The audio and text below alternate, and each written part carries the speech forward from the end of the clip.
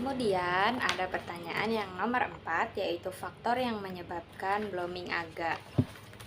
Nah, di sini blooming alga itu bisa terjadi karena banyaknya limbah pupuk atau deterjen yang mengandung zat hara seperti fosfat dan nitrat. Nah, akibat alga tumbuh lebih cepat itu nutupin permukaan air, sinar matahari gak bisa masuk dan tumbuhan air di bawah mati. Nah, pas alga dan tumbuhan itu mati, bakteri yang menguraikan butuh banyak oksigen sehingga oksigen di air habis dan ikan pun mati. Nah, jadi penyebab utamanya karena pencemaran air yang kaya zat hara atau eutrofikasi.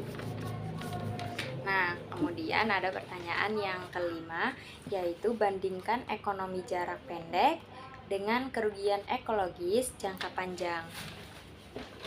Nah, kalau hutan mangrove diubah jadi tambak udang, memang secara ekonomi cepat untung, tapi secara ekologi itu rugi besar. Nah, ekosistemnya rusak, abrasi meningkat, dan habitat hewan itu hilang. Nah, solusi komprominya bisa dengan membuat tambak ramah lingkungan atau silvofish hairy, yaitu tambak yang tetap menanam mangrove di sekitarnya, jadi ekonominya itu jalan, tapi alam juga tetap terjaga. Ini lebih berkelanjutan karena lingkungan tetap hidup dan bisa menopang tambak jangka panjang. Kemudian ada pertanyaan yang nomor 6, yaitu fungsi usus buntu. Nah, dulu dikira usus buntu tidak mempunyai fungsi, tapi sekarang diketahui usus buntu itu menyimpan bakteri baik yang membantu pencernaan dan imunitas. Nah, kalau dijelasin ke anak SD bisa pakai perumpamaan seperti ini. Usus buntu itu kayak tempat cadangan bibit tanaman baik di kebun. Kalau tanamannya rusak, bibit di cadangan itu bisa dipakai lagi. Jadi fungsi penting buat jaga keseimbangan di tubuh. Jadi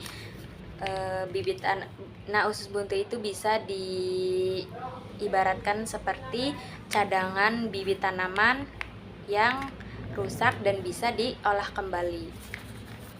Nah, kemudian pertanyaan yang nomor 7 itu ada, jelaskan prediksi Anda dengan menghubungkannya pada konsep kapasitas vital paru-paru dan faktor-faktor yang mempengaruhinya.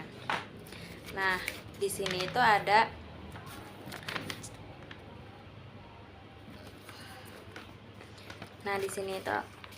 kalau Andi lebih pendek dari Budi, biasanya kapasitas paru-parunya juga lebih kecil. Jadi, saat meniup lilin, Andi mungkin lebih sulit mematikan lilin karena udara yang keluar dari paru-parunya gak sebanyak Budi. Nah, faktor yang mempengaruhinya itu yang pertama ada ukuran tubuh, kemudian kekuatan otot pernapasan, dan kebiasaan olahraga. Nah, jadi menghirup udaranya si Budi ini si Andi ini mungkin lebih sulit mematikan lilin karena si Andi ini mungkin mempunyai ukuran tubuh yang mungkin lebih kecil dan kekuatan ototnya itu tidak sekuat temannya dan tidak kebiasaan olahraga. Nah, kemudian ini ada nomor 8, yaitu mengapa perubahan pada satu populasi dapat mempengaruhi populasi lainnya dalam ekosistem tersebut. Nah, di sini itu ada contoh jaring-jaring makanan. Yang pertama itu kacang-kacangan dimakan ulat bulu, kemudian ulat bulu dimakan burung pipit, dan burung pipit dimakan laba-laba besar, atau sebaliknya bisa saling memangsa serangga kecil. Nah, kalau populasi ulat bulu berkurang drastis, maka burung pipit bakal kekurangan makanan dan jumlahnya menurun. Tapi tanaman kacang-kacangan bisa tumbuh lebih banyak karena gak dimakan ulat.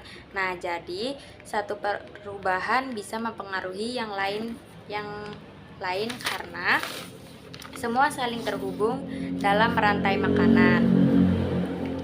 Kemudian pertanyaan nomor 9 itu ada perbedaan struktur proses pencernaan manusia dan sapi.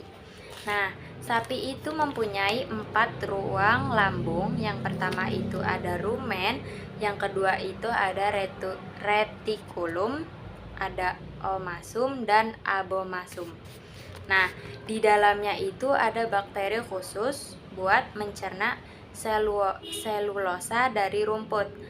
Nah, manusia itu mempunyai satu lambung dan tidak mempunyai enzim buat pecah selulosa.